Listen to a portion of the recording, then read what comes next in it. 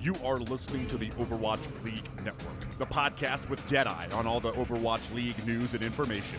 The show with Tactical Visor on the statistics and analysis. Here are your hosts, Totally Drunk, Spider, and Slambo.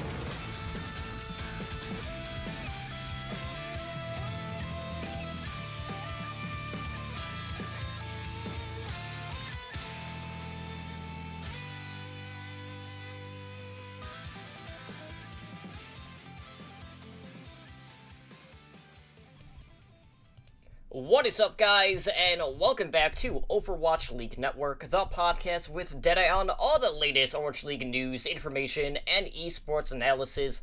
I am your host, Totally Drunk, and tonight we have episode 102. We're going to take a look back at the latest roster moves, share our thoughts on the World Cup and how everything kind of changed a bit, both with format and also the results. And of course, we have to see what is changing in regards to the Overwatch League going into 2020, as we do have some new format changes that will be introduced after they were announced on a special watch point that took place at BlizzCon this year. So before we can get into the news and introduce you to my guest tonight, let me just take a quick moment to thank everyone who is joining us tonight on Twitch, and I have to thank all of our repeat listeners out there. So joining me tonight, voice only for now, is one of our community members who actually met through Fantasy Overwatch League during this past season. He is a Houston Outlaws fan, for better or worse, that being none other than Booger. Booger, thanks for being here. Yeah, thanks for having me. It's really exciting to be on a podcast. Yeah, and what better time than to start during Roster Apocalypse, as that is in full swing here for the past few weeks, actually. Yeah, we've had a lot of changes going on. And of course, we'll get into that in just a little bit. So to start things off, obviously, things were kind of different last week in regards to podcast recordings. I flew in late Monday night, so unfortunately we didn't get a new episode out. But earlier today, I did get the Con Before the Storm World of Podcast Overwatch panel up on all of our network feeds. Well, by all of them, I mean the two primary shows, so you can find it on the Overwatch League network feed as well as the Heroes Never Die feed. But Booker, how has this past week been for you? It's been pretty good. I tried to watch as much of the World Cup as I could. It was awesome to see USA take gold. I was pretty surprised. Yeah, it was not the typical South Korea that we are used to seeing, even if they did bleed a little bit the prior season, but they were kind of all over the place this year. Yeah, I honestly thought China had a pretty good chance. They had a pretty stacked team, and they actually made it to the finals. So they did have a pretty good team.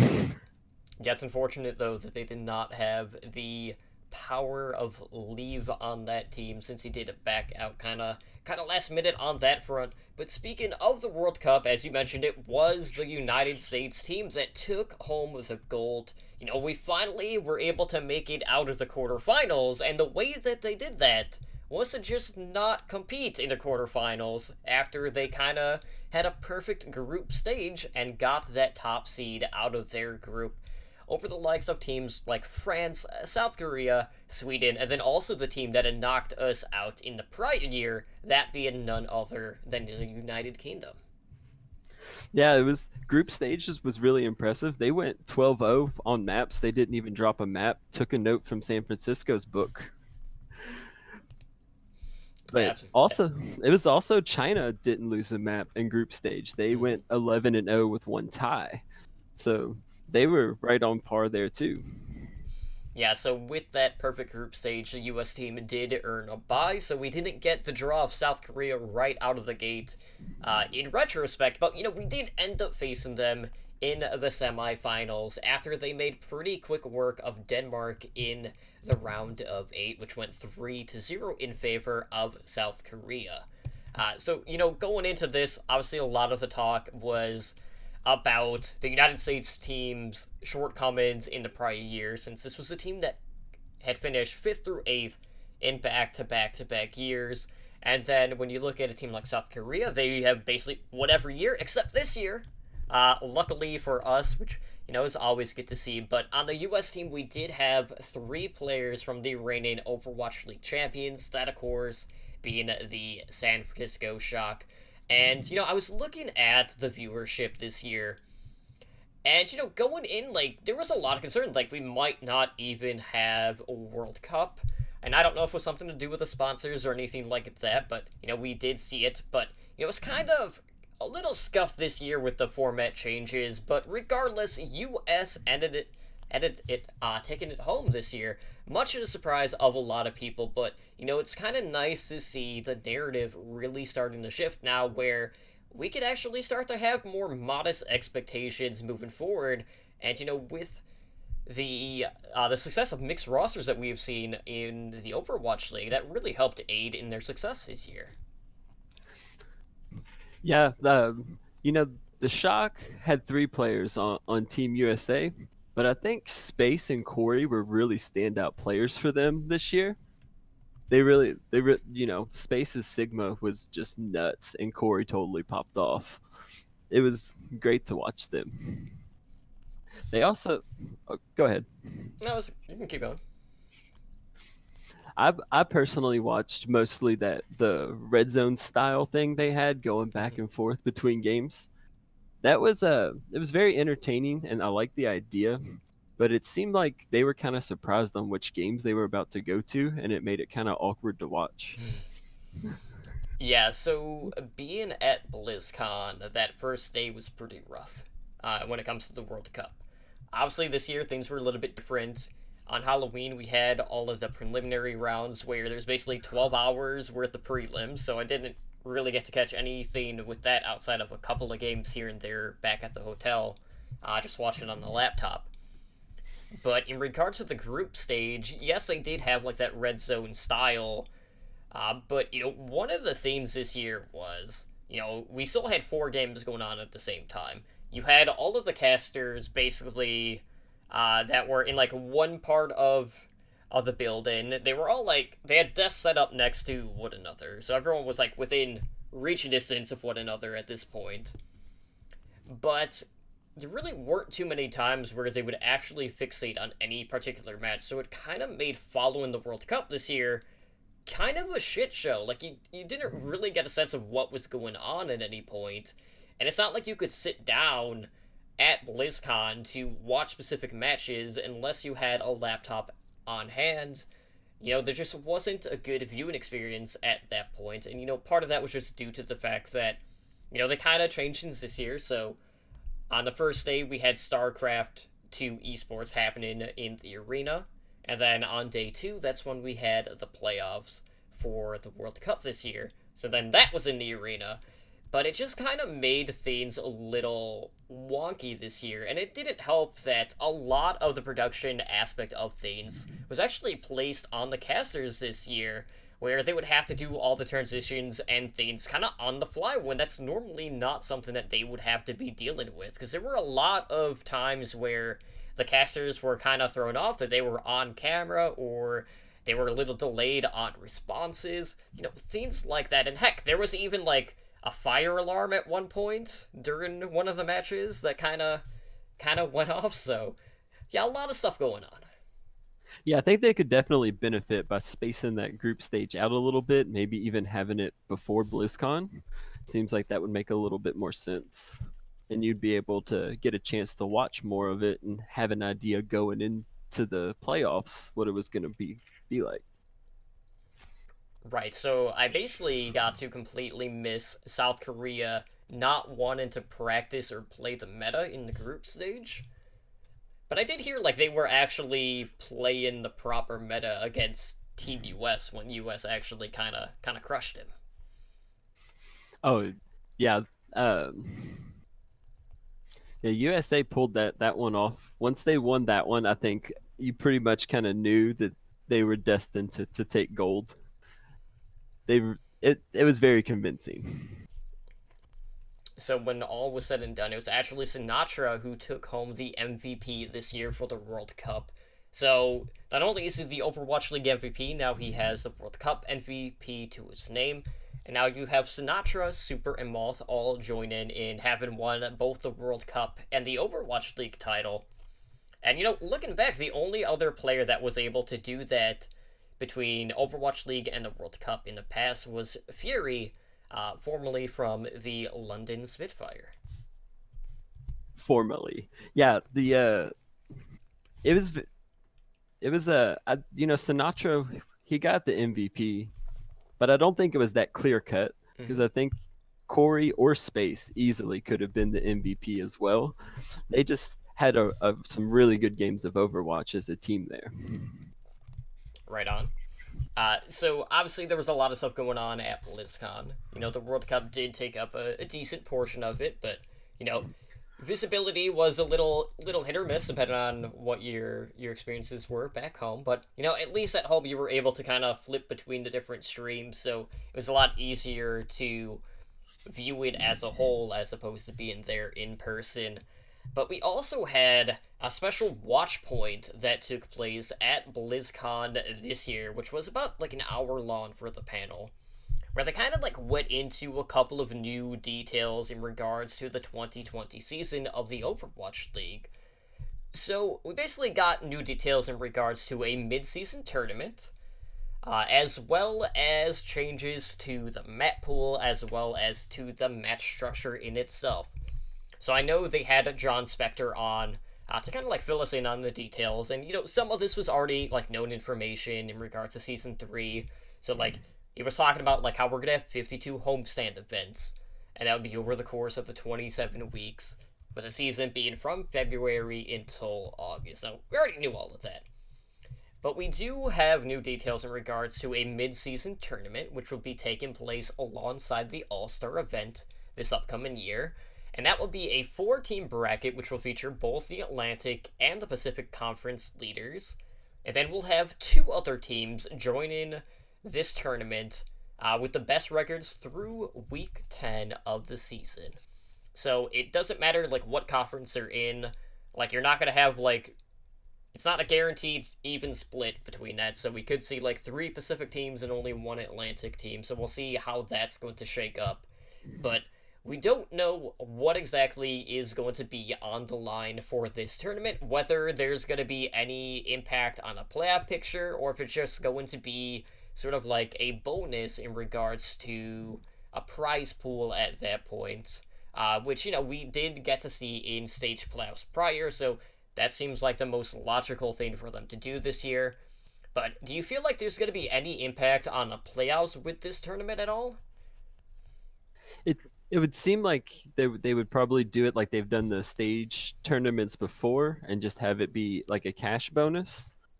But with them not doing it in stages and having just the mid-season bonus, I'm foresee that to be where they'll put probably patch. I don't know if they'll have, without having stages, that's like the only like defined break for them to have a patch in the game. And it makes me wonder if they're going to play this whole next season just on 2 different patches. And then with the mid-season, even more speculation is that mid-season tournament, it could be, the first taste of the new patch, or it could be like the door shutting on the old one. That's kind of what I see that they would do with that mid-season tournament. Yeah, so Just to have it like a transition time. yeah, without stage playoffs, it does make you wonder, like, does that mean that most of that prize pool is either going to be shifted towards the end of the season for the playoffs, or are they going to sweeten the load a little bit in regards to the mid-season tournament as well? Because, players do still earn prizes for the All-Star event. So we could see something like that. But, that news in itself was kind of playing second fiddle to the other thing that they announced, and that is that in Season 3, all series are going to be first to 3. So they're getting rid of the guaranteed 4th map. We're not going to have the Bench Boy map in particular. That doesn't really add a whole lot of suspense when, the series is technically already over. So lessened is the impact of map differentials. Now when we have some decisive victories, we will have shorter broadcast days, and they did note that after Control, the next 3 map types are going to rotate between Hybrid, Assault, and Escort, with the 5th map and everything beyond that being on control. That way we're not getting draws at that point. So a lot of people are happy about this. Obviously, we got to see first of threes throughout the World Cup. And, when we're talking about the format changes to next year, like when you look at the schedule, knowing that we are going to be a global league officially, I don't think anyone is going to complain about having shortened broadcast days, knowing how many different time zones we are going to be hitting week to week. Yeah, I think the first to three is a good and necessary move. With so many games going on at the same time, it it takes the suspense away. How many times did you watch a game? You know it's already done. They're playing the fourth map. It's not really incentive to keep watching. Mm-hmm. So it keeps the stream to be competitive for a higher percentage of time. So I think it's a very, very good move for the league to go to best of three, especially with how many games are going to be going on. Yeah, and having maps that are basically all worth something, I can only imagine is going to help stabilize the viewership AMA across the board at this point. Because a lot of times, basically, if, let's say, last season we would enter a map 4 situation, there would be a number of people who would be like, okay, like, there's really not any reason to continue watching. This series is already over. We know X team beat Y team, and then they would just move on with their day. So I would imagine we'll see I'm not going to say a sizable uptick in the viewership, but I would imagine it will help on that front. So, outside of that, we also are going to expand the map pool to include all 5 control maps, and then we'll have 3 from each other map type for 2020. So, the map pool expansion for control makes a lot of sense, because should we have a draw at some point between maps 2 and 3, potentially 4, it does open up to having more chances to, go see the rest of the control map, so we're not just seeing just 2. And, we expect teams to be able to prepare for multiple maps. It just makes more sense in the long run. But I can't imagine we're going to be seeing too many series that are going to be seeing like 2 or 3 control maps at that point. Yeah, it's one of those things that's probably not going to come into the factor a whole lot, but it's good to be there just in case. How we don't get a whole lot of ties, and it's I think it'll work out just fine to do the map pools that way. Well, we'll still get ties because 2CP is still going to be in, but maybe that will change whenever we have the introduction of the push map type at some point. But, based on the announcement, not looking like it's going to be next year, since we still do not have an official release date for Overwatch 2. Or, we also don't know if they're going to introduce things ahead of time leading into the engine overhaul at that point. So, who knows? We might get something early, we might not, but I'm not going to hold my breath in seeing a new map type introduced until the sequel officially comes out. Yeah, I would look to see push coming in the next season after. Uh, just a whole new game type would change the format, and I don't think that would be they would do something that drastic mid-season. Mm-hmm. It seems like it'll be next year. Plus, it might be even 2021 before Overwatch 2 even comes out. Yeah, I know they put that like placeholder date for like the last day of December 2020. Oh yeah. But we'll see if they hit that. But that's just like a base, like that's a normal thing to happen with video game releases. So there's a good chance like it might get delayed on that front. But based off of the demo at BlizzCon, it could still be a ways off on that front. But hopefully we don't slow down the patch cycle leading into the sequel. So outside of that, guys, we actually do have some Overwatch League games coming up here very soon before the start of the season. So we have the Chinese teams competing in the 2019 Esports Shanghai Masters Invitational, and that will be at the end of the month, starting on November 28th. So the event will feature the Shanghai Dragons, Hangzhou Spark, Chengdu Hunters, as well as the Guangzhou Charge. So this is going to give fans a first look at these retooled rosters ahead of the 2020 season. So basically, this is a single elimination bracket to determine the best team in China.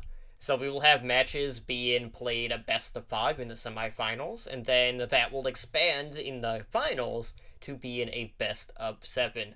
Now, I know we haven't discussed all of the roster changes as of yet, but out of these 4 teams, which one are you looking forward to seeing compete the most, given the changes that they have made to their roster?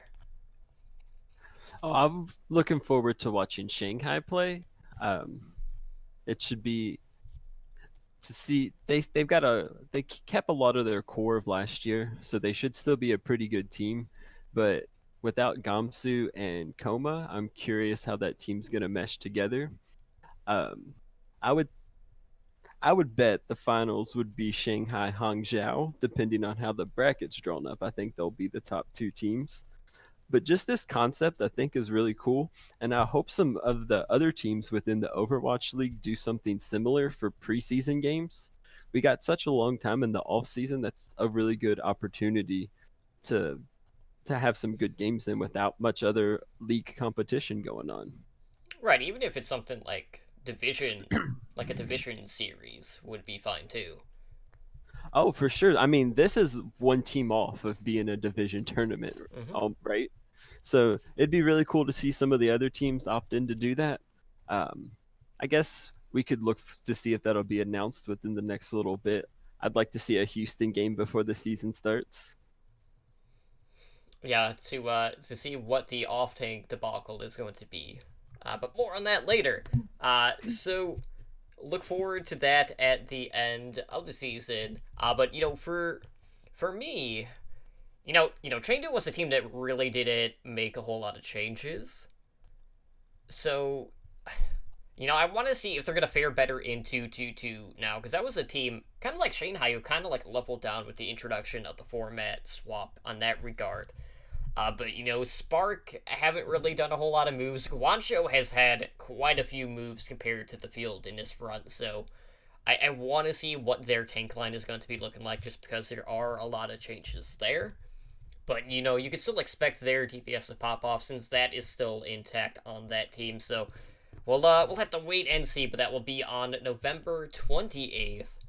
Maybe we will end up covering that, should we be able to find VODs or a Twitch stream on that front, because you never know with China. Hopefully it's not only on their platforms at that point. But with that being said, we are here to talk about all of the changes in regards to the rosters. So to start things off, it's important to note that this week marks 2 key dates in the sign-in window. So as of today, 2019 season agreements have come to an end. So any players that are not under contract into the 2020 season are officially free agents. So by Friday this week, that would be November 18th, teams need to have a minimum of 8 players under contract for their team, and then they have basically until June 15th to sign or trade players. Now, I'll be honest, it's been about 10, 11 days since we've actually sat down to record an Overwatch League Network episode. So we actually have a plethora of roster changes that we need to talk about. So basically how we're going to do this is we are going to go team by team. That makes the most sense. We may touch up on some of the rumor mill stuff, because there's a lot of stuff being reported, but nothing made official as of yet. So I'll probably more note that should it impact some of the other changes that we are seeing to these teams. But let's start from the top, boogers. So we're going to start with the Atlanta Reign. So I'm going to run through what we're seeing from them, and I want to get your takes on the changes that we are seeing. So to kick things off, they actually traded their main support, Funny Astro. I should say backup main support in this case. So Funny Astro was sent over to the Philadelphia Fusion. We also have 2 promotions being made from Atlanta Academy. So the Reign promoted the tank line, so both Gator and Hawk. Gator, he had a pretty major role in regards to the season playoffs for the Atlanta Reign. And that was a pretty dominant tank duo at that Contenders NA level. Outside of that, we have a couple of releases. We saw the release of Dako, who was kind of like in the basement or just in Dako jail, depending on how you want to look at it. Didn't really see a whole ton of playtime once they brought FRD up. And then he also released Enlar, who was one of their DPS players, as well as letting go of a performance coach in Kasor. So quite a bit of stuff going on, both releases and promotions. But how are you feeling about Atlanta right now with the changes that they made? I think promoting Gator was a no-brainer, and bringing him up with Hawk makes sense since they've got experience playing together. I'm really surprised they released Inlayer because he had some pretty highlight moments last season. I'm either assuming they might have someone else to replace him or it could be a money issue. I'm not sure, but he definitely performed Overwatch League level, so he would be a good pickup for another team. Dako, we ain't really seen much of Dako, so it's not a big surprise for him to be released. Mm-hmm. And, and next we got, you want me to go on to Boston? Yep, absolutely. Yeah. Okay, and so Boston Uprising, they signed Mayon Bong and Jerry, a flex support and flex DPS from Jerry from Meta Athena and Mayon Bong from O2 Blast. They also promoted Swimmer and Muffin from Uprising Academy. And to me, this looks like Boston doing Boston things, trying to get some less heard of names and tier two talent to bring them into the Overwatch League light and see if they can flip them for profit like Boston does. So I'm very curious to see how long they get to stay with Boston. Mm-hmm. Yeah, Boston's really good at selling off pieces. And for me, like Myeonbon has really been a sought after target, even dating back to the season one of Contenders 2019 when O2 basically had like the Cinderella run in the Contenders playoffs. And I know at one point he was linked to the Florida Mayhem. For whatever reason, that never happened, and obviously we saw Mayhem retool to a more Korean roster, so he just kind of got lost in the shuffle, it seems like. But he's been one of the better flex supports out of Korea that was still actively competed in Contenders. Jerry is more of an unknown compared to Myeonbon in this case. He is a former off-tank player who ended up switching roles to be a flex DPS. Not the first time we've heard about someone doing that, but talk about a basic name. But he did get his name obviously from the cartoon that he watched as a kid with Tom and Jerry. But there is no Tom in this case, only Jerry. But Muffin is listed as a two-way player, which is interesting to me. Like, that leads me to believe that they fully intend on promoting Punk to the main roster. So Punk will be full-time. They'll still have Muffin in Uprising Academy, where he'll probably see the bulk of his playtime. But the craziest thing to me about him as about Swimmer in this case is Swimmer is someone who started as like an average player. This is a kid who's been playing probably since like competitive season 4. And at the time he was around 1600 SR, like way back when. And now he's being signed to the Overwatch League. So it's just crazy to see how much he's been able to grow as a player, as a teammate, since the early go-ins to now he is in the Overwatch League. And while a lot of people like might not be familiar with him, we just don't hear about journeys like that in the Overwatch League. Yeah, that's really wild because I actually seen him say that Overwatch was his first person shooter on PC, and that's the same for me. But I've never been able to break through to get that good. It seems like a lot of Overwatch League players also start in other games too, which just makes sense. So for someone to be able to start their first person shooter and start it literally at the bottom and take it all the way to the professional level. That's pretty inspiring. Absolutely. So moving on to the Dallas Fuel, some pretty interesting stuff going on with this team. So for starters, they acquired Decay from the Los Angeles Gladiators. And that was in exchange for OGE. So OGE is over with the Gladiators at this point. So with that, they do have a hole at the main tank position. So Dallas, they went out and they picked up Gamzu, formerly of the Shanghai Dragons. So we have uh, the repairing of the former Boston Uprising tank duo of Gamzu and Note, now playing for the Dallas Fuel.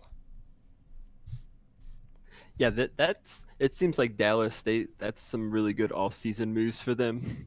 I don't think that I don't want to sound like I'm saying OGE is not good, but it seems like getting Decay is a pretty good deal for him. It's and to sign Gamsu to fill that spot already, that's some good work from Dallas. Yeah, for me, I see like the trade off between the main tanks as kind of like a ladder move, but getting Decay is absolutely massive for this team because they really haven't had a true flex DPS leading up to this point. And I know like there's been like a lot of weird stuff with contracts in regards to Dallas, which has made a lot of their fan base kind of uneasy on that front. But hopefully Decay will be that missing link on this team so they can better find spots for some of the other DPS. But, that's going to be a solid tank line having Gamzu and Note back. And, there were times when, like, we would see Trill filling in for OGE, and, like, OGE seemed pretty okay with that. But I feel like Gamzu is going to bring a level of leadership that has been missing from this team. Ever since they made some changes with their support line dating back to the first season. Yeah, I look for this to be Dallas's best season yet. I think that they're really on the right track for improvement. Um, you want me to go on with the charge? Mm-hmm. So the Guangzhou Charge, they picked up on team option Shu, Happy, Eileen, and Nero. And their assistant coach, Curry Shot, has left the team. Earlier today, they released Fraggy, Hotba, Bishu, and Only Wish with Rise retiring. So they've had a lot going on. Um, I think that some of their people that they released, specifically Hotba and Bishu, will quickly find places onto other teams within the league. Uh, I'm not sure if Fraggy's gonna get another spot. If he does, I wouldn't look for him to be a starter. It could also be he could move into a coaching sort of role if needed, just because he's such a fan favorite within the league.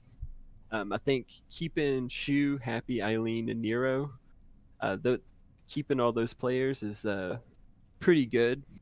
Shu was really impressive during the last season, so I look to see who they're going to pick up to replace all of their recently released players.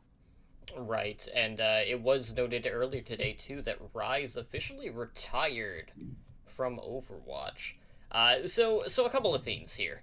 Now there are a couple of reports that Neptuno is going to sign with the Guangzhou Charge. So seeing Only Wish getting released, not too much of a surprise on that front. But it does mean like we're not going to see Fraggy and Neptuno reunited after they were teammates on the Philadelphia Fusion prior. Hotba out of the list was probably the biggest surprise in regards to the releases.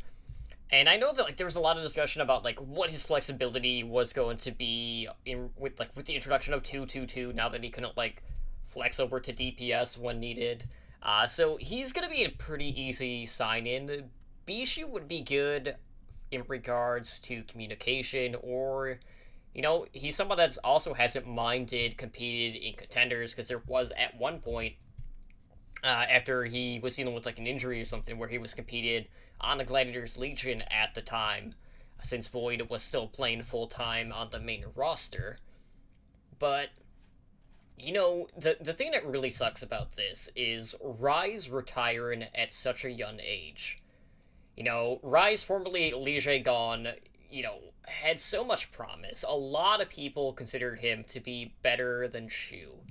But he never really got the opportunity because Shu was just playing like an absolute nut this past season. And this is a kid in Rise who is only 18.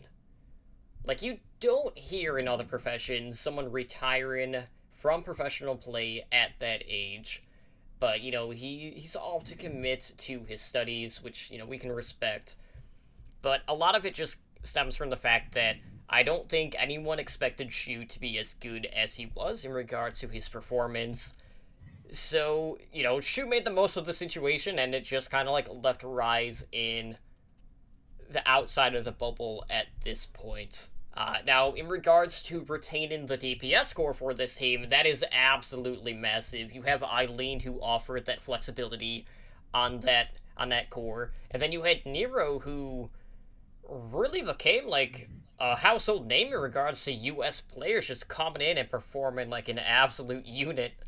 Anytime I got to see him on like Hanzo, for instance, was really a treat. So I'm curious to see who they're going to pick up for their off-tank position. I want to say there were some reports. I'm trying to remember if it was a charge for picking up Kron or if that was someone else. I'll have to look back on that front. But, the Charge have been a solid team. There were a lot of concerns about like what their communication would be with such a mixed roster, but that was quickly negated fairly early on. So I'm really anxious to see the direction that this team is going to take. But the tank line, for not having like household names, really was a pretty consistent spot on this team, despite maybe not being on the same level as some of the other teams in the league. Yeah, the Charge, one thing that you really saw with them last season was steady improvement, and I think that that's going to continue as we go into the next season, that they're going to continue to improve. They might not come in being a, top 10 team, but I think they could get there eventually. So moving on to another Chinese team, we have the Hangzhou Spark. Not a ton of movement here yet. They did release Revenge. That I know earlier today, they also picked up Bazi on a team option. So, still a lot of questions about what's going on with this team. That was very kind of like up or down, and part of that was just due to the fact that, well, we didn't really get to see Gu Shui on his primary tank since Winston was kind of not really seen all that much. But the all-tank position kind of hit or miss. But, there's people on this roster that we just really didn't get to see an opportunity, so we'll have to see if that is going to change anytime soon, because, there were a lot of times when Adore would come in and just struggle out of the gate, and not really having that flex DPS option is something that hurt this team. Yeah, I think the Spark, we're going to see some more pickups from them within the next few days. They definitely got to shore up some of their weak spots. They lost Crystal already, so they definitely need more DPS. And then I guess next we got the Houston Outlaws have released Bonnie, mostly just so they don't play him on accident again. But I think Houston, they've definitely have to pick up an off tank sometime before the season starts. That's been You their mean an glaring actual issue. off-tank? Yeah, an actual off tank. I think it's possible where they've had their sale hasn't been finalized, that they decided to pick up Hydration because he can play off tank or he can play DPS. So the flexibility is there if they end up in a pinch again. Hopefully they'll be able to pick up another off tank. Maybe they have one in mind already. Bishu getting released, he could be a good fit with that team. They could. I know you're going to get to it later, but with some of the trades to Philly, we might not see Poco being on the field as much. Mm-hmm. That could be another good option for Houston.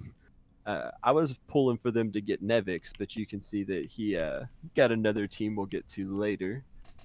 Um, so hopefully we'll have more to talk about with the Outlaws in the next couple days to weeks. Yeah, Davix found a more interesting home. But with Bonnie, here's the thing. Like, even in situations when Mercy was meta, Boink was outplaying Bonnie on that role. There were too many times when Bonnie was just getting caught out by like Diva self destructs throughout the seasons. But it's kind of been quiet for the Outlaws ever since the acquisitions of Blase and Hydration. And, I know we like to meme on the Outlaws. I mean, that's just par of the course for the network.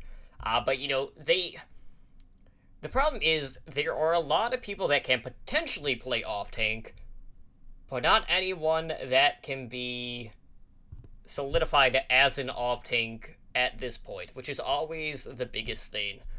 And that's why it's so hard to figure out, like, okay, who are they going to bring on? Are they going to bring on anyone? Like, is Dante coming back to the team? Because, like, he was another one who was playing off tank during certain spots in this past season.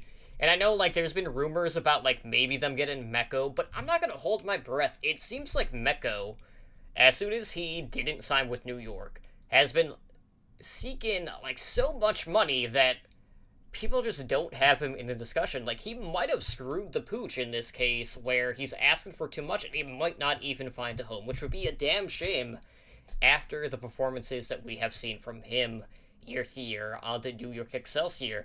But if I'm them, knowing what Philadelphia has changes have made, like, Pogo would be a better fit on this team.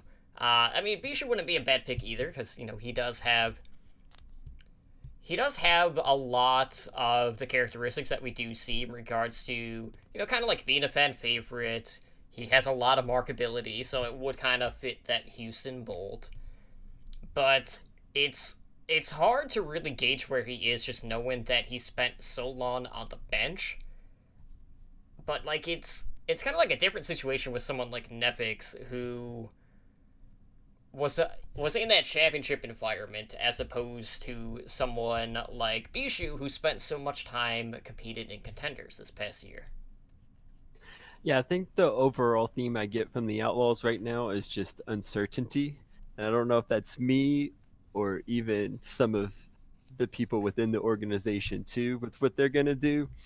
I'm very hopeful, but I kind of have to be that way. So hopefully we'll see them get a good off tank, or because really right now I think that Hydration would perform better than Cool Matt or Spree. Mm-hmm. So, but Hydration being on the off tank seems like he would also be their best DPS. So it's like juggling. You can't play both at the same time. You just can't. I mean, if he plays Roadhog, he technically is. Yeah. Yeah. Or Sigma. I mean, yeah, we've seen the damage output. Sigma's a damage dealing machine. Mm-hmm. But we'll have to wait and see, because hard to get the big picture. We don't know what the plan is as of yet, as Kesha is saying in chat. But let's talk about London. We got some interesting happenings out of the London Spitfire this week, which included a Minecraft sign-in reveal or hint earlier today, which was either the greatest thing ever or the stupidest thing ever, depending on who you ask.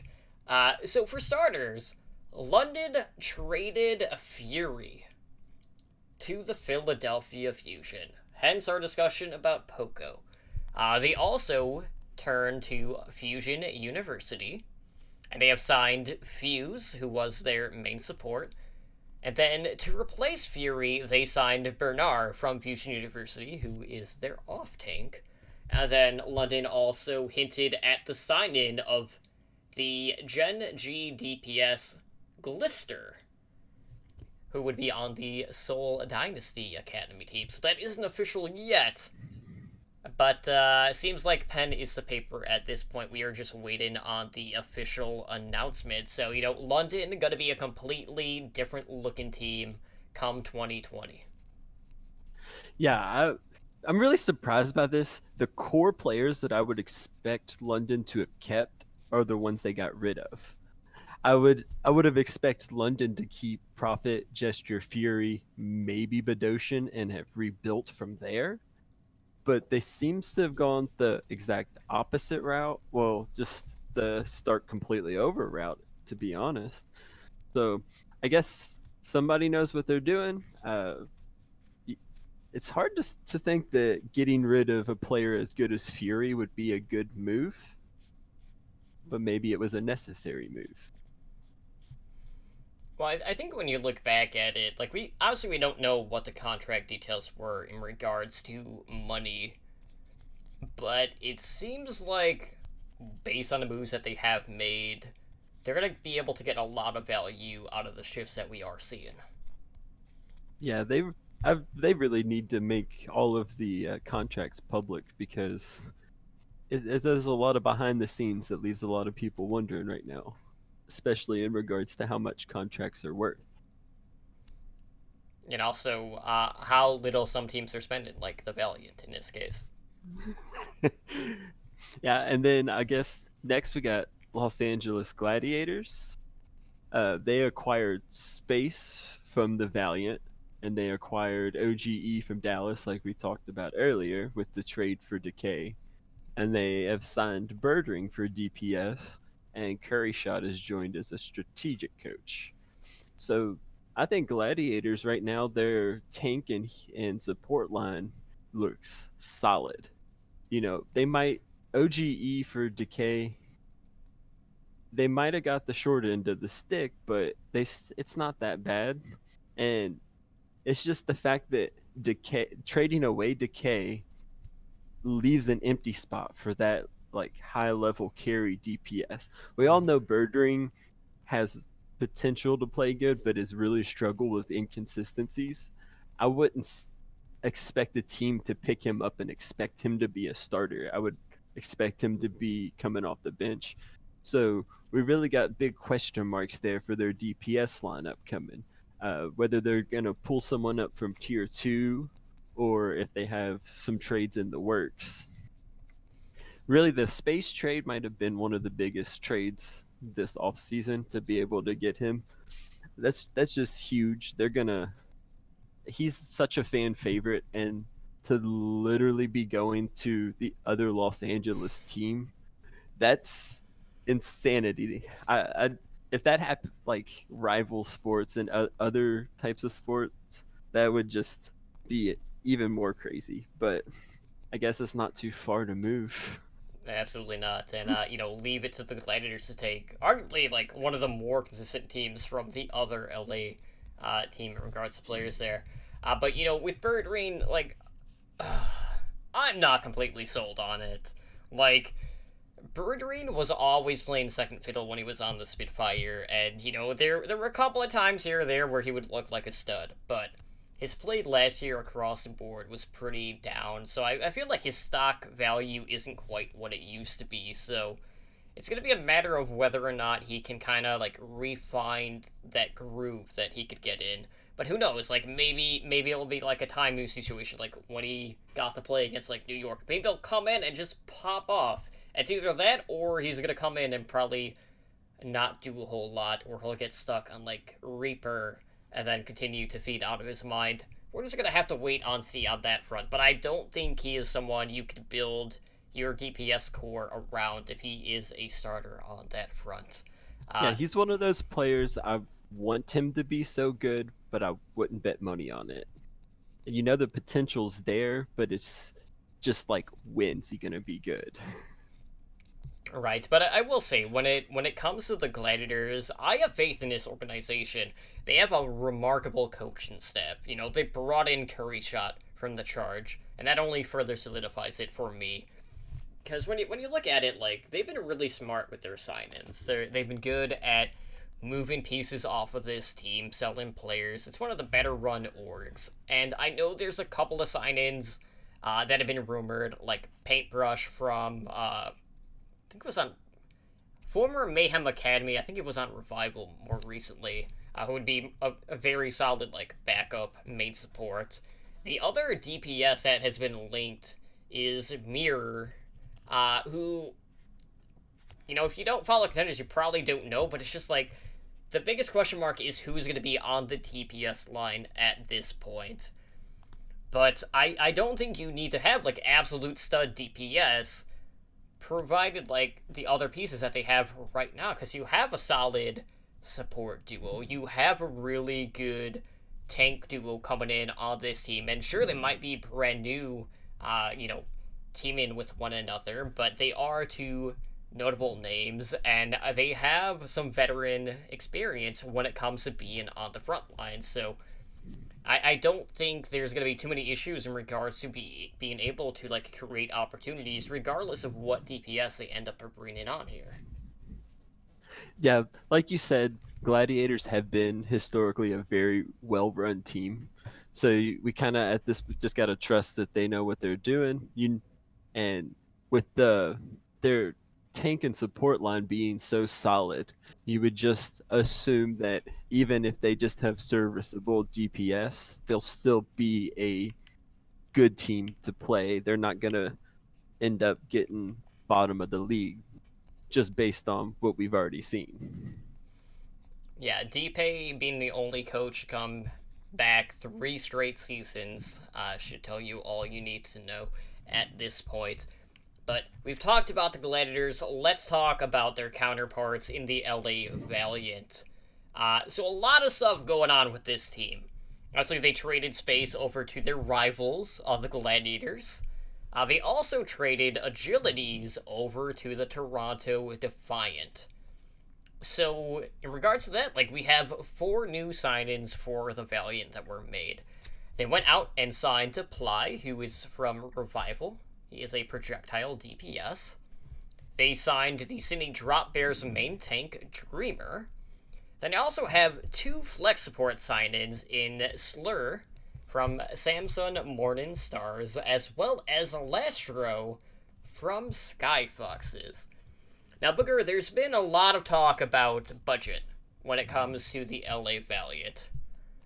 And I don't know how much you follow the Tier 2 scene, but do you recognize any of these names? I do believe Apply spent some time with Florida Mayhem. Am I correct? Yeah. Other than that, no, I don't, to be honest. So I know the rumors of them being broke, and they said that that's not true, but it kind of seems like it, unless they've spent all their money on one humongous pickup that they haven't released yet. Did they sign DeFran? Nope. Definitely not. But it definitely seems like they might be broke, or maybe they're playing Boston's game to try to import some players that are really good and haven't really got the spotlight yet, to try to put them up there and get them their chance and profit. Everything about this team does scream budget to me. And while they might not be broke, none of these signings make me feel like they have a lot to spend at this point. So, it's gonna be a rough experience for the Valiant. I really feel this year. It's just a matter of, is this going to be a team that over the course of the season is going to slowly level up, a la like last season's Florida Mayhem? Because Florida, they had kind of like a turnaround come stage 4. Might be a little bit harder to do depending on like how they're going to structure like patch releases and patch cycles in regards to the Overwatch League next season. But right now I feel kind of bad for Custa. He was at the center of some major leagues. There's he's seeing some of the best players leaving the organization, joining rivals, and then he's just kind of here looking at the scraps at this point, and it's just like, why am I here? Well, he's there to support them. Yeah, I wouldn't be surprised if he gets traded away before the end of season 2 as well. Maybe from pressure from himself. But we also don't know, maybe some of these new players they've signed are going to come in and just absolutely pop off. That's a real possibility. They're not going to sign players that they think are bad. They're going to, even if they're broke, they're going to try to sign the best players they can for what they've got. So I'm that they're definitely in the wait and see column for me. I could see them, they could be anywhere from 20th ranked to higher than that. Maybe a little. 17. We'll have to see. They could be a 15th ranked team next year. They really could. Um, Moving on, we've got Paris Eternal. They had some pretty big signings coming up. They went about signing Sparkle, Hanbin, and XZI from the Element Mystic, and along with them came Rush as the head coach. I should say Sparkle for Flex DPS, Hanbin on Flex Tank, and XZI on Hitscan DPS. Mm-hmm. So my understanding is these were all very sought after players across the league, and that Paris was able to seal the deal, and it looks like a big level up for their program. They were one of those teams last year that had tons of potential and just sort of fell short. That they had hot moments, but overall, as I'm sure that they don't want a repeat of last year for this next season. So I'm I can't remember. Soon is still on the team, correct? I'm pretty sure he's under contract. Yeah, Soon he actually had some big pop off moments in World Cup this year too.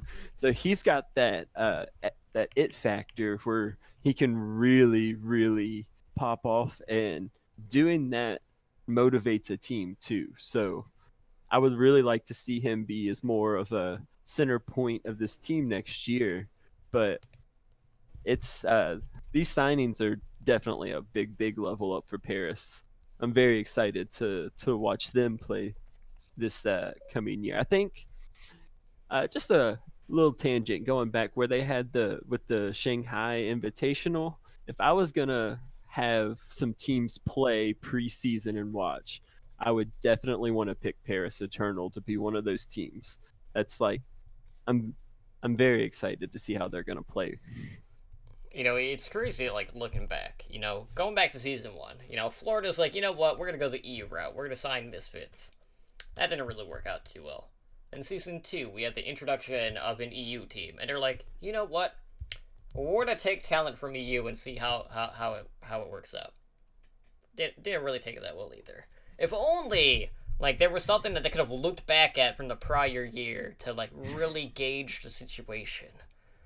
And then here we are entering season 3, and Paris is now a mixed roster. At this point, being about like half Korean at this point, so it just kind of makes you wonder, like, should have they gone just mixed to begin with? Probably, but at the end of the day, I never would have guessed that Paris would have been one of the potential landing spots for this Element Mystic core. Really took me by surprise, but there are a couple of things to note in regards to player eligibility. For starters, Hanbin is underage. He's 17 right now. His birthday is actually pretty early on in the season. It is on February 20th. So he'll be out for, a couple of weeks. So there's a good chance that we might see Nico filling in at the start of the season on the off-tank position, because, he did play D.Va in the past. I'm trying to remember if they have any other off-tanks on contract at this point. I don't think they do outside of Nico. And in regards to Sparkle, yes, he was the more sought-after free agent during this off-season period. So think of him as this year's Decay. Sparkle turns 18 on May 31st. So he's going to be out of commission for a couple of months at this point. So it's going to be more opportunity for the other DPS on this roster. So, they might expect more out of XCI. They might expect more out of Soon at this point.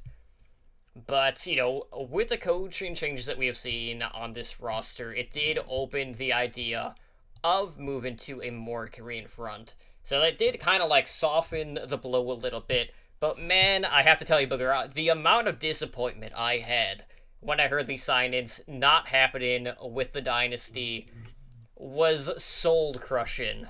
Pun intended. Like, it really hurt me. I was like, I was hoping, best situation, they're gonna sign with Seoul, we'll be good to go.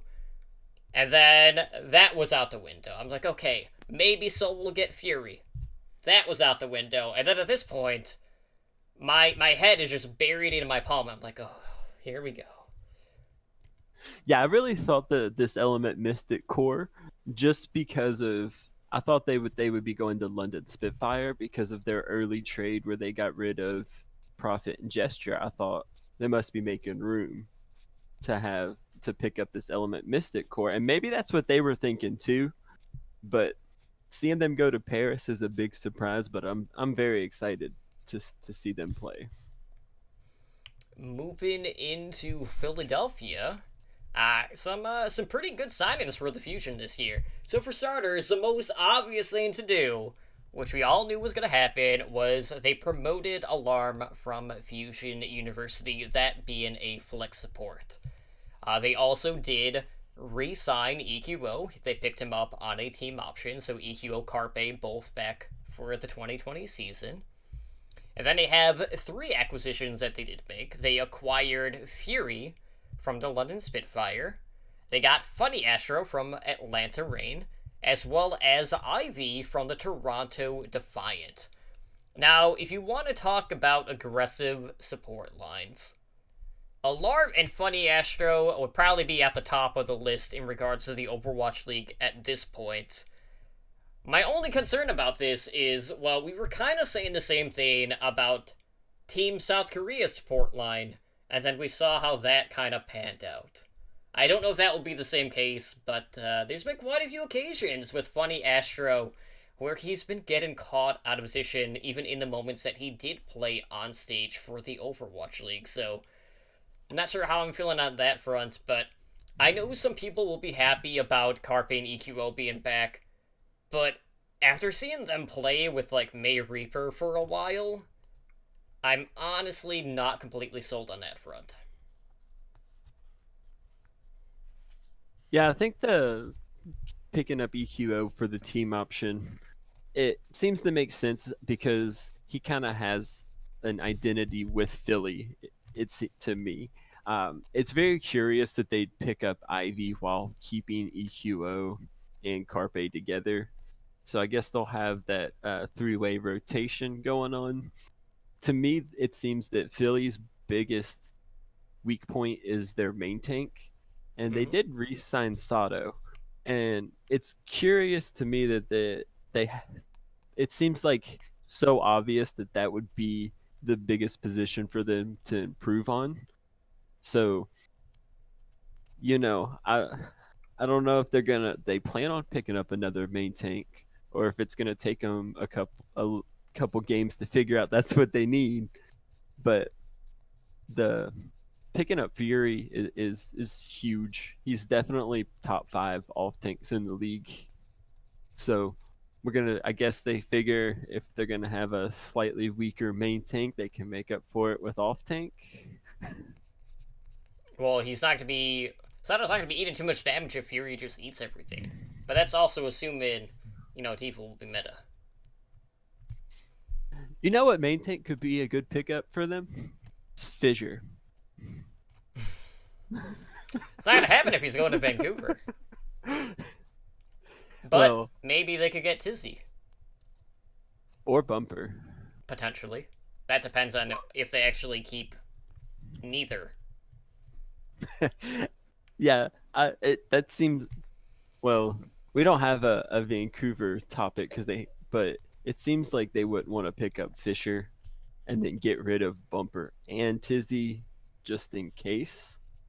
That's like a jumping the gun a little early. But before we get too off track, going on, we got Soul Dynasty. They've released Jessix.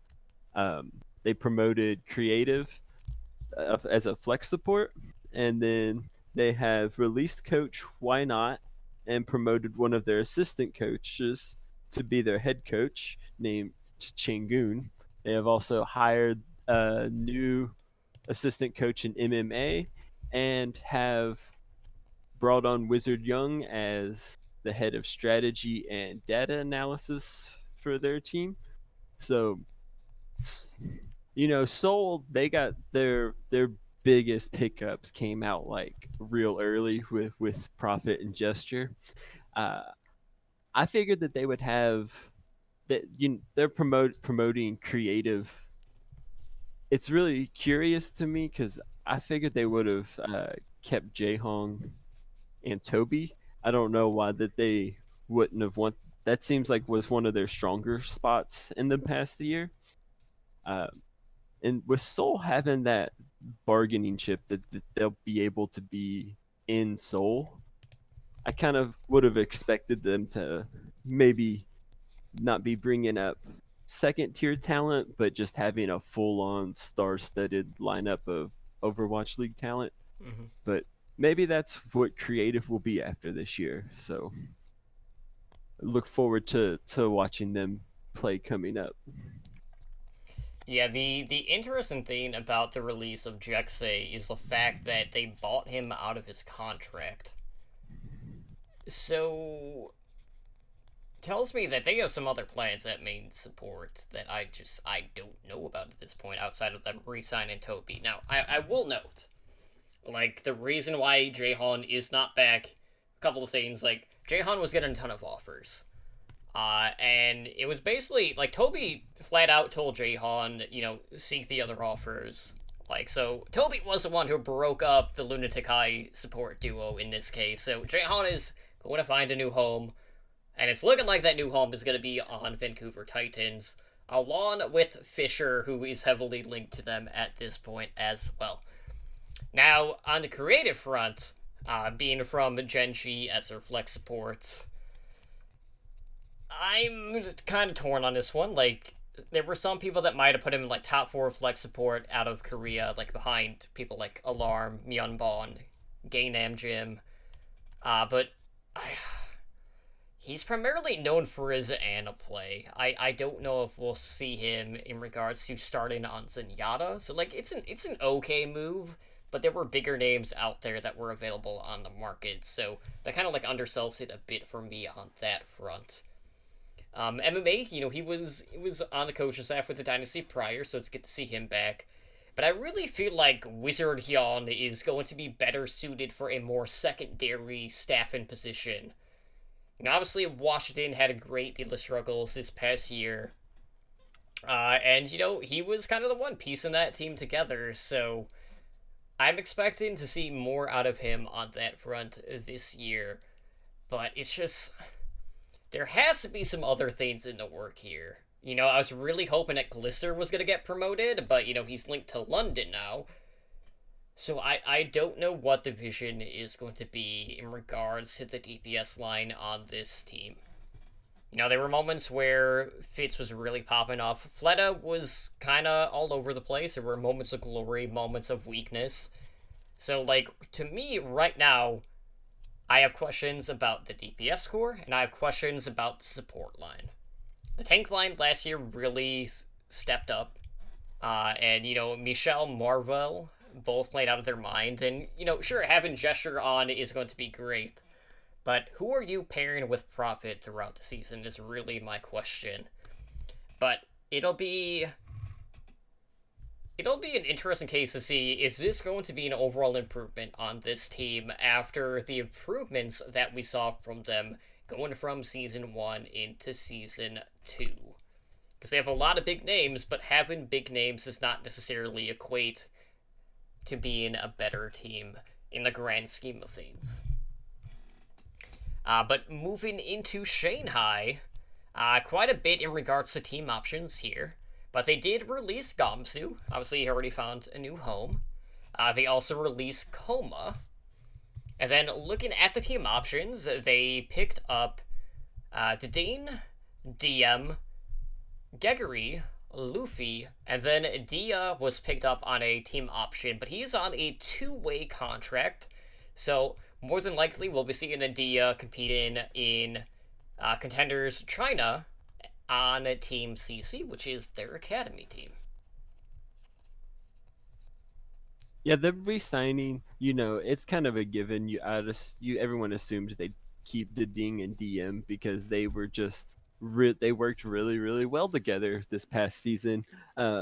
Picking up or keeping Gregory and Luffy, that's a little bit more unsuspected to me because at the end of last season, they had Luffy riding the bench most of the time for Mhm. Izayaki to play, and Gregory really didn't hardly play too much all season long.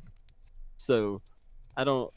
I'm curious if they're gonna be keeping their role as like a bench player backups, or if they're ready to be moved up. But we'll just have to see what they do with the rest of their signings. I think losing Gamsu, that was a pretty big loss for them. I think he really brought a lot to that team, but they might have a. It's not impossible to find a replacement. Yeah, I think highly sought after though during the off season this year. But Gamsu was kind of like the turnaround for this team really at that main tank position. So it's gonna be pretty big shoes to fill on that front. But speaking of teams signing some pretty notable names, let's talk about what Toronto is doing because Booker, like Toronto, they have been one of the busiest teams during the off season so far. Yeah, Toronto. They we talked earlier. They traded Ivy to Philly. They've acquired Agilities from LA Valiant. They released Neko, and then coming in, they have signed Beast Halo, Surefour, Kelix, and Nevix. They also have some coaching changes, but I'm just gonna take a second because that's a lot to go over right now. So now they're gonna have Agility, Surefour as their DPS starters most likely. That's has potential to be huge. And Nevix, we didn't get to see him play a whole lot this last season, but he was on the bench behind Choyobin, who arguably is the best off tank, top 3 at the very least in the Overwatch League. So sitting behind Choi, that's you know not that big of a deal because he could be a top 10 off tank. Just if you're behind someone that's that good, you're not going to get your time to play. So I'm really looking forward to see him. um yeah, Toronto, they really have been busy trying to get better. In my hypothetical preseason tournaments, that would be probably one of my other teams to watch is Toronto, to see how they're going to pull it out. They're looking to be a very very scary team coming up. And with the coaching, they parted ways with assistant coach Moby Dick, and have Lilbo has joined the coaching staff, and then Albless has joined as assistant coach and for the manager of the Defiant in Montreal Rebellion, which is their contenders team. Um, so Toronto's going to be coming in this next season almost a completely different team, and that's not necessarily a bad thing. I mean, it could be like similar to Seoul. Basically, like Toronto, they go out and they pick up fan favorite players. Is what it really looks like, especially with Surefour, agilities. I will say like I'm really happy to see that Beast Halo is getting signed, but this kid has not really played in a while. Like there was a lot of time when he was like falling through the cracks, falling into the abyss when he was on Fusion University, and really no one really knew what his status was at the time. So it's going to be an interesting case, especially on the front line between Beast, which is now what he's going by for whatever reason, and Nevix. Now, Nevix, he's going to have the opportunity to really prove himself as a starter after, kind of being a bench boy behind Golden Boy Choi throughout most of the season for the Shock. But I really do like the DPS pairing of Agilities, Surefour, Mangachu. That should lead to some pretty exciting things, so I'm not too worried on that front. But Kelix had a pretty good performance throughout the World Cup this year, and looking back at Boston, basically anytime someone leaves Boston, I'm not gonna say every time, a majority of the time, when someone leaves Boston and finds a new home, they end up playing a lot better outside of that environment. So I'm expecting pretty good things out of Kelix going into the 2020 season. But I will say, like, there is one signing in particular that has not been made, that could have been made, that would have made me feel a little bit better. And that is that, you have Crimso, who was on Team Canada, with a number of people on this roster, who has not gotten picked up, and looks like has not been picked up or will be picked up during the offseason based on some of the tweets that we have seen from him. And I don't know if it's a contract issue, I don't know if it's something to do with his agency or anything like that, but this kid has been Overwatch League ready for 2 years now, and it seems like he's just getting glanced over yet again at this point. Yeah, there's always opportunities for him to be brought in later on in the season. Toronto, with as many moves as they've made, I wonder if they plan on making more moves or if they pretty much have their team set.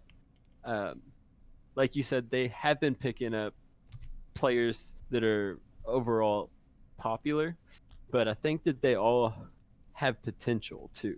The Toronto, even if they're not the best team, I feel like they're going to be a very entertaining team to watch, and I expect their fandom to just skyrocket this next season. So, it might not be a championship team, but it's a big improvement, and it's good for the franchise to get players like that. Absolutely. So moving on, we have one more team to talk about, and that is the Washington Justice. So not a ton going on with the Justice right now. They did pick up Supreme, formerly from the Honcho Spark, as a new development coach. And then their one player sign-in was them picking up Aim God at Flex Support.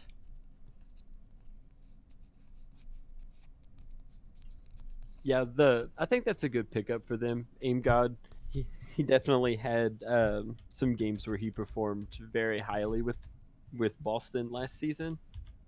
Washington Justice, I bet that they seem to be a scary team coming in that's really slept on. Maybe not, but Corey is a very, very talented player. So looking at him and Stratus, that's a good DPS core for Washington Justice. And I think their record last year really doesn't do them justice. I think it really got held back from the with the GOATS meta because Corey's not a Zarya player. He plays DPS and he's really good at it. So I look forward to see a continuation of them from stage 4 going into this next season. Absolutely, and Amgod. Well, we'll see how he fares going into this season. Anytime you leave Boston, I can only expect improvements on that front. So hopefully there will be less drama behind the scene for him. And any change is usually a pretty good experience for those players. So we'll see how they fare on that front. But that pretty much wraps up all of the roster shifts that we did see this past week and a half. A lot of stuff going on. Obviously, by Friday this week, basically every team needs to have 8 players under contract. We will probably spend a little bit more time in regards to who officially became free agents as of today on our next episode, just because not everyone made posts about that, so it was a little bit harder to sort through all of that information. So maybe next week we'll kind of take a look at who's still a free agent at this point after the team options did not get picked up. Maybe we'll look at potential new homes on that front for said players. But Booger, I think that pretty much wraps it up for us tonight, unless you have anything else to add on in regards to the rumor mill. I'm very interested with this Fisher to Titans rumor. I think it might be a bad move for them. They had so much success. Even picking up Fisher and Jaehong, it's like why are they trying to mess with what ain't broken, you know? I guess that's not really a good closing remark, but that's what that's what I've been thinking about in terms of player movements this off season. Well, the crazy thing about this is, I know when Fisher had signed to the Dynasty, I was kind of skeptical at first. I was like, well, Seoul's not really known as this aggressive team. Now, Vancouver, on the other hand, fits that bill, but even Seoul, to their credit, they made it work. And sure, at the time, they had a field Team A, Team B, but they made it work. But I don't know if that is going to be to the benefit of the Titans or not. Like, I will say, like, the Twilight Jahan discussion is pretty even. Maybe that's going to be another situation where one plays Zed or Moira, the other person specializes on Ana. I don't know on that front, but I can't buy into the Titans just being like, you know what, we're going to just go away with both of our main tanks and roll the dice on Fisher, knowing that he's not finished an entire season yet on a specific team. Yeah, it seems like they definitely, even if they want to bring him in, want to have a solid backup, not just any backup, a really solid backup. So I guess we'll be able to see coming up if they announce if that's what they're gonna do, or if they're gonna decide to keep it more similar to what they've got. Yeah, I'd basically say Fisher comes in on Winston, keep Bumper for Ryan or Rissa. Tizzy is a free agent at this point. That would be probably the best case scenario on that front. As opposed to just saying, like, you know what, like, we're just gonna pick up another main tank outside of that and then get rid of Bumper, who was at times a feeder, but, like, Bumper is like a perfect person aggression-wise on that team where it doesn't matter what he's doing because they're still winning the fight, even if he's the first to die. Yeah, so I guess we're going to be in a real wait and see to see how they handle that. And yeah. So yeah, obviously a ton of big names still out there on the market, but we'll get into that a little bit more on our next episode. But with that being said, guys, we are going to wrap up the show for tonight. So of course, if you guys want to help us out, we are always looking for reviews over on iTunes. Let us know how we are doing. If you would like to find additional content, be sure to check out Overwatch Recall, where you can find our podcast directory, and then every Sunday night we do the Weekly Recall, which is a podcast listing of all the prior week's episodes. If you would like to support us, consider checking out our Patreon, where we have tiers starting at just $1 a month. So you can find that at patreon.com/OWL Network, so you too can join the likes of our master and above patrons, Blazing Bob, Brendan, JZ, Owl, and Kesha, in helping our network grow. And of course, if you want to reach us, you can find all of that information in the show notes. But the best thing to do is connect with us on Twitter at OWLN Show. We have our website at www.owlnshow.com. You can contact us via email at contact@owlnshow.com. We do have YouTube, and I know Spider, he mentioned that he has something in the works on that front. We'll see how far along that is soon. But that is at youtube.com/Overwatch League Network. If you would like to talk to all of our community members, consider checking out our Discord at discord.me/OWLN Show.